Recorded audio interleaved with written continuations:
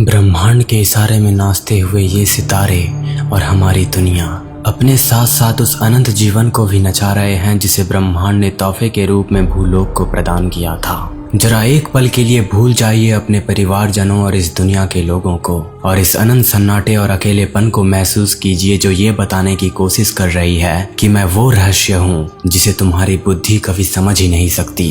तुम केवल सवाल पैदा कर सकते हो और इसके उत्तर अनंत में होंगे और इन अनंत उत्तरों में कौन सा उत्तर सही होगा तुम ये अपने 100 जन्मों में भी कभी जान नहीं पाओगे।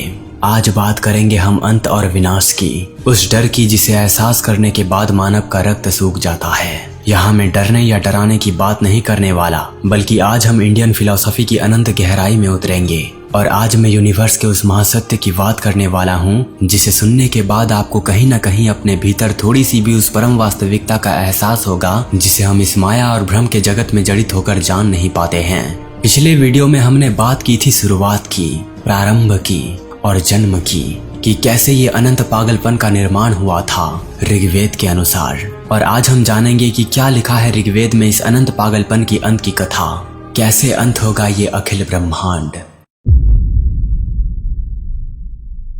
जिस तरह ब्रह्मांड की उत्पत्ति के बारे में ऋग्वेद के नासदीय सूक्त में डिटेल में बताया गया है, उसी प्रकार तो ऋग्वेद ने ब्रह्मांड के विनाश के बारे में कुछ कहा नहीं, पर फिर भी इसमें प्रलय और महाविनाश जैसे शब्दों का जिक्र मिलता है और कुछ ऐसे लाइंस जो शायद हमें अंत के बारे में कुछ बता सकते हैं। प्रलय और महाविनाश।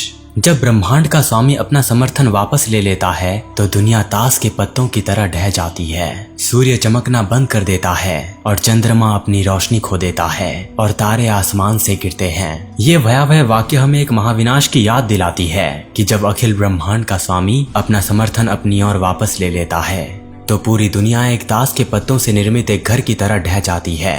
तब सूर्य चमकना बंद कर देता है और चंद्रमा रोशनी खो देता है और सारे नक्षत्र आसमान से गिरने लगते हैं। दोस्तों, ये थी विनाश के विषय में पहली बात।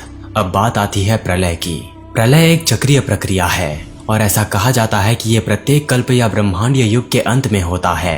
माना जाता है कि एक कल्प 4 अरब वर्षों तक चलता है और इसके बाद इतनी ही अवधि का प्रलय आता है। प्रलय के दौरान ब्रह्मांड वापस अपनी मूल स्थिति में विलीन हो जाता है और समग्र सृष्टि नष्ट हो जाती है। हालांकि प्रलय के बाद ब्रह्मांड फिर से निर्मित होता है और सृजन और विनाश का चक्र नए सिरे से शुरू होता है और इस चक्र को अनंत कहा गया है।